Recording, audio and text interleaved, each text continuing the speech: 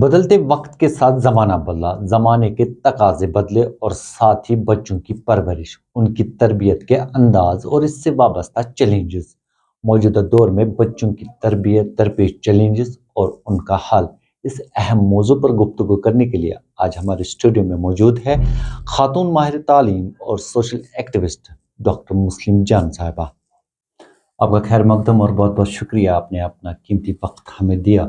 سب سے پہلے عصر حاضر میں جو بچوں کی تربیت ہے اور والدین کی جو ذمہ داری ہے، یہ ایک بہت بڑا چیلنج سمجھا جا رہا ہے اس وقت ہماری سوسائٹی میں۔ کیا واقعی آپ سمجھتی یہ ایک چیلنج ہے؟ جی تھینک یو سو مچ۔ السلام علیکم ناظرین۔ شوکت صاحب، آپ کا بہت بہت شکریہ، آپ نے مجھے بلایا، اس قابل سمجھا کہ میں اس پہ کچھ بات کروں۔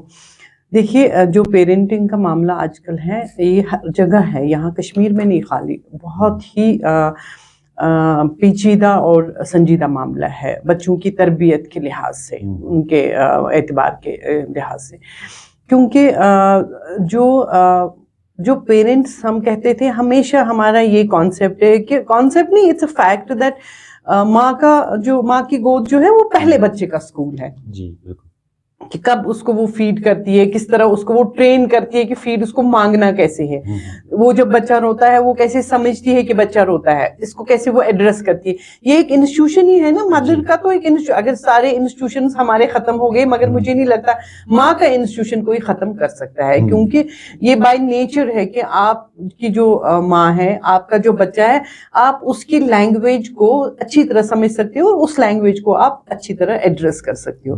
میں سٹارٹ اسی سے کروں گی۔ جو آپ نے یہ سوال اٹھایا، یہ بہت روٹڈ ایک سوال ہے، جو کہ جس سے بڑے مسائل پیدا ہو رہے ہیں سوسائٹی میں، جس سے بڑے خدشات سوسائٹی میں اب ہو رہے ہیں، جس سے بڑے اہم مسئلے ہوتے ہیں، جس سے سوسائٹی کا فیبرک بھی اگر کہیں چینج ہو رہا ہے تو اس میں ہماری کہیں نہ کہیں کوتاہی ہے، کیونکہ آپ ہر چیز سرکار پہ نہیں ڈال سکتے ہو، آپ ہر چیز سرکاری ملازموں پہ نہیں ڈال سکتے ہو۔ دیکھیے، وہ ایک ملازمت ہے، مگر ماں کا ہونا ایک ملازمت نہیں ہے، وہ ایک فرض ہے آپ کا، وہ ایک رسپانسبلٹی ہے، ذمہ داری ہے آپ کی، کیونکہ آپ کے حوالے ایک مطلب دس از اے گاڈ گیون گفٹ، جو آپ کے پاس ایک بچہ ہوتا ہے، آپ کو ایک انچارج بنایا جاتا ہے ایک زندگی کا، مطلب، اور اس زندگی کو آپ اس کو ایک بچے کی صرف مت سمجھیے، آپ اس کو دیکھیے، یہ آپ کے حوالے ایک زندگی ہے۔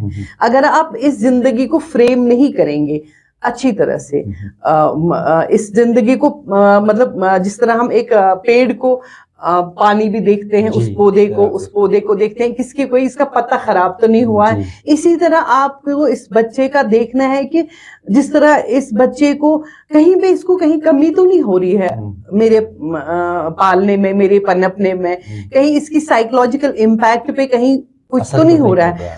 میں یہ نہیں کہہ رہا ہوں مجھ سے بھی بہت خامیاں ہوئی ہوگی، میں بھی ایک ماں ہوں، مگر احساس ہو رہا ہے کہ بھائی شاید یہ یہاں پہ ہوا ہے، یہ نہیں ہونا چاہیے تھا، ہو سکتا ہے میرا بچہ اس سے بھی بہتر ہوتا۔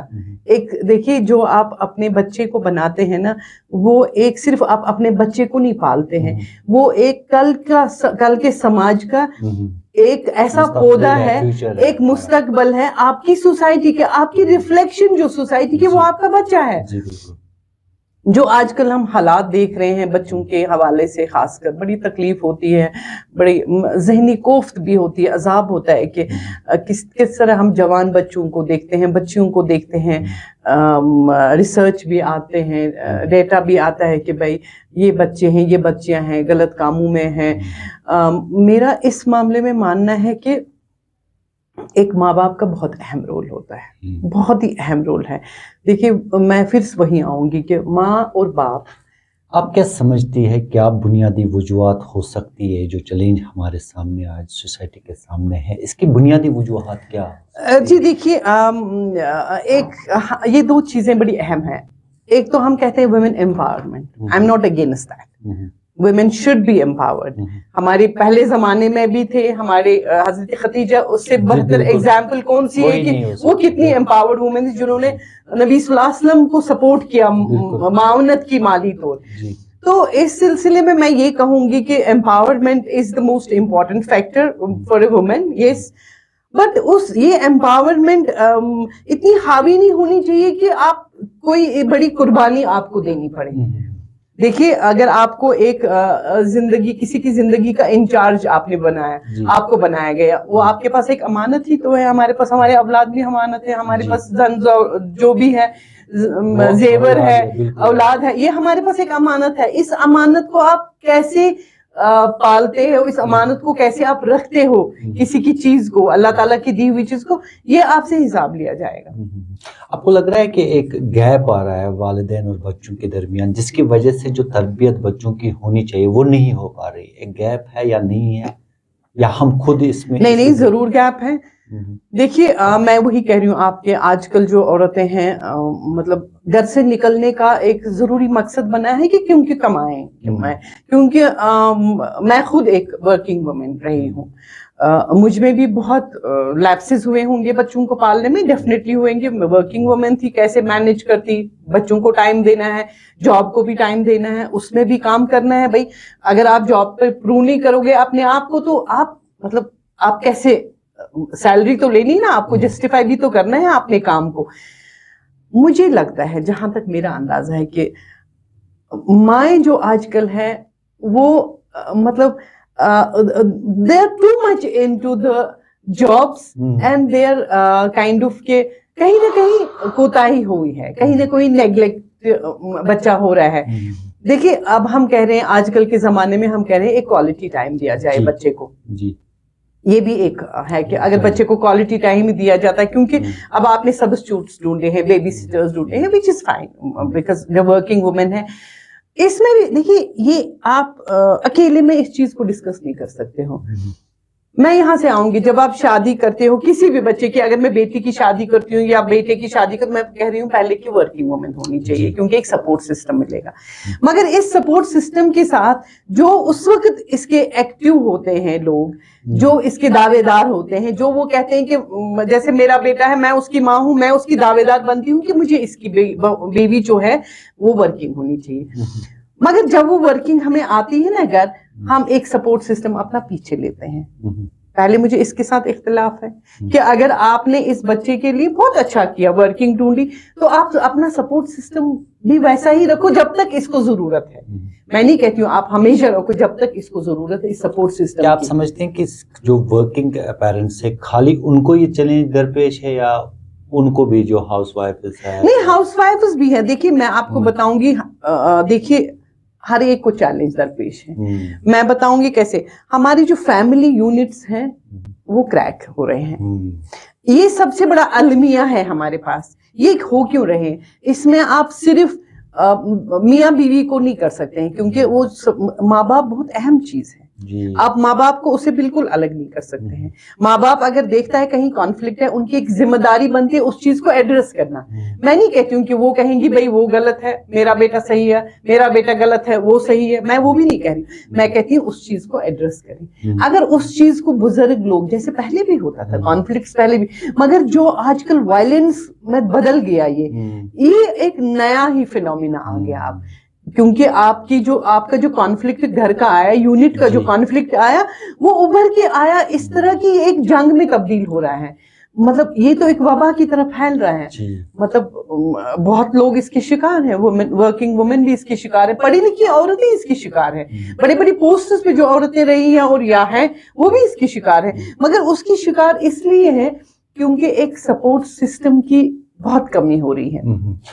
ہمارے معاشرے میں ایک جوائنٹ فیملی کا جو رجحان تھا وہ بہت زیادہ تھا, بٹ کئی ہم دیکھ رہے ہیں کہ ایک دہائی سے یا 2 دہائیوں سے کہ وہ اب سنگل جو فیملی سسٹم ہے وہ ہمارے سماج میں پنپ رہا ہے. کیا یہ بھی ایک وجہ ہے؟ اس وجہ سے ہم صحیح بچوں دیکھیے میں سنگل یونٹ فیملی کے اگینسٹ نہیں ہوں. اگر آپ رہنا بھی چاہتے ہیں الگ, کوئی بات نہیں, مگر آپ کے بیٹے کی ذمہ داری بنتی ہے کہ اس کے ماں باپ کا خیال رکھیں. آپ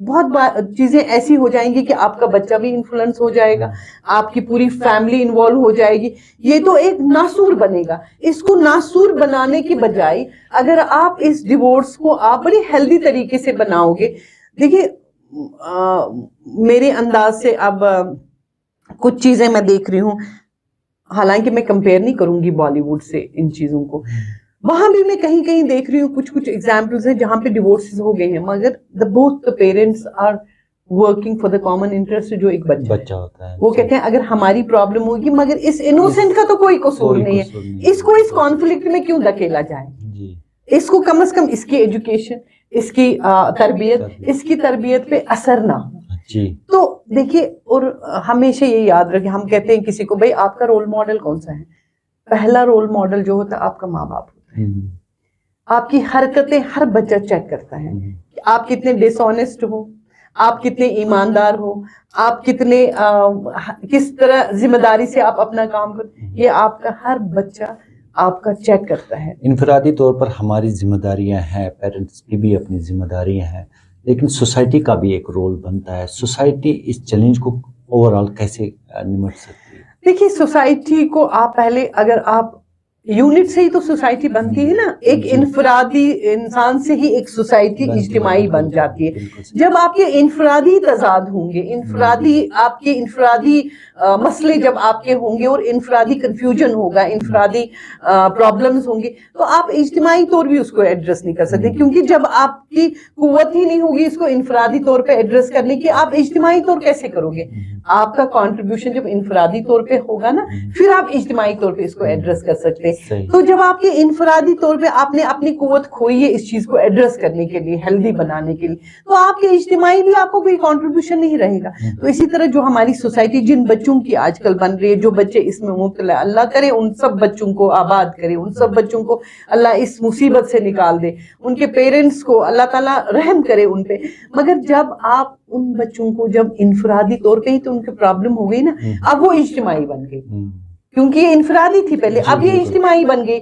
تو آپ اس کو اجتماعی جب بن جاتے ہیں تو یہ وبا بن جاتے ہیں. انفرادی طور پہ کرنا آسان ہے اس کو ایڈریس کرنا, تو مگر جب انفرادی طور آپ فیل ہو گئے تو اجتماعی طور کیسے آپ اس میں کامیاب ہو جائیں گے. تو میں پھر سے وہی کہوں گی, جو ماں باپ کا رول بنتا ہے بچے کو فریم کرنے میں, اس کو کوئی نعم البدل نہیں ہے, کوئی نہیں کر سکتا اس کو. کیونکہ جو چائلڈہڈ وانٹس ہوتے ہیں نا بچے کے, اگر یہ بچہ آپ کو 50 سال کے بعد اس کو دیکھیں گے, اس بچے کو جس کو یہ چائلڈہڈ وانٹس ہوں گے, چاہے کس چیز نے اس کو دھکیلا کسی غلط چیز میں, یہ چاہے وہ کتنا پازیٹیو ہو, کتنا کامیاب ہو زندگی میں, یہ چائلڈہڈ وانٹس اس کے نکلتے ہیں. ہمارے سماج میں تعلیمی اداروں کا رول کتنا بنتا ہے, اور خاص طور پر گورنمنٹ اگر انیشیٹو لیتی ہے, وہ کس طرح کا انیشیٹو لیتی ہے سو دیٹ کہ ہم اس چیلنج کا. دیکھیے گورنمنٹ ایک آپ کو ایک بنتی ہے, ایک سپورٹنگ آرم بنتی ہے, آپ کو ایک پشنگ آرم بنتی ہے. آپ کو دیکھو گورنمنٹ آپ کو دیتی ہے بھائی یہ میرے پاس ہے, آپ ان کا فائدہ اٹھاؤ. گورنمنٹ کو اپنا کچھ ایسا میکینزم نہیں ہے کہ وہ آپ کو چینج کرے گا. کسی بچے, یہ ماں باپ کے پاس یہ کنجی ہے کہ وہ اپنے بچے کو چینج کر سکتا ہے. گورنمنٹ کے پاس کوئی ایسی کنجی. گورنمنٹ آپ کو دیکھے گا بھائی یہ پرابلمز اگر ہے, ہم آپ کو یہ سولوشن دیتے ہیں, آپ اپلائی کرو اس کو. مگر وہ اپلائی کرتے کرتے آپ دیکھیے وہ اپلائی ہو سکتا ہے پھر آپ کے بچے پہ, جب آپ کا بچہ کسی سچویشن پہ پہنچا ہے جہاں پہ اس کو کوئی گورنمنٹ کا سپورٹ سسٹم بھی نہیں کام کرے گا. آپ کو لگ رہا ہے کہ یہ جو ہمارے تعلیمی ادارے ہیں ان کو وہ رول اپنا پلے کر سکتے ہیں, اویئرنیس ایک کریٹ کی جا سکتی ہے سو دیٹ. دیکھیے اویئرنیس تو بہت ہوگی جس حساب سے. دیکھیے یہ جو ہے نا یہ معاملہ, میں نے وہی کہا, یہ کوئی ایسا معاملہ نہیں ہے کہ آپ کا بچہ 20 سال کا ہو گیا, اس نے کوئی کرمنل ایکٹ کیا یا کسی دندے میں پھنس گیا بزنس کے معاملے میں. یہ آپ کا جو ہے نا یہ زیادہ ہم دیکھ رہے ہیں آج کل 12th کلاس کے بچوں تک ہم دیکھ رہے ہیں بہت آ رہا ہے. 12th کے بعد بچے میں اتنی صلاحیت آتی ہے کہ کیا صحیح ہے کیا غلط ہے. 12ویں جماعت کے بچوں تک نشو نما کرنا پیرنٹ کا بہت فرض ہے. آپ ایک ماں کو آپ اس سے خارج نہیں کر سکتے ہو کہ یہ ہو گیا, یہ اس ماں کی ذمہ داری ہے. ایگزامز میں ایک ریس چلی ہے مارکس کی, اب تو ABCD گریڈ کر دیا گیا, وہ اچھا ہے, لیکن کیا یہ ریس بھی ایک وجہ بن سکتی ہے؟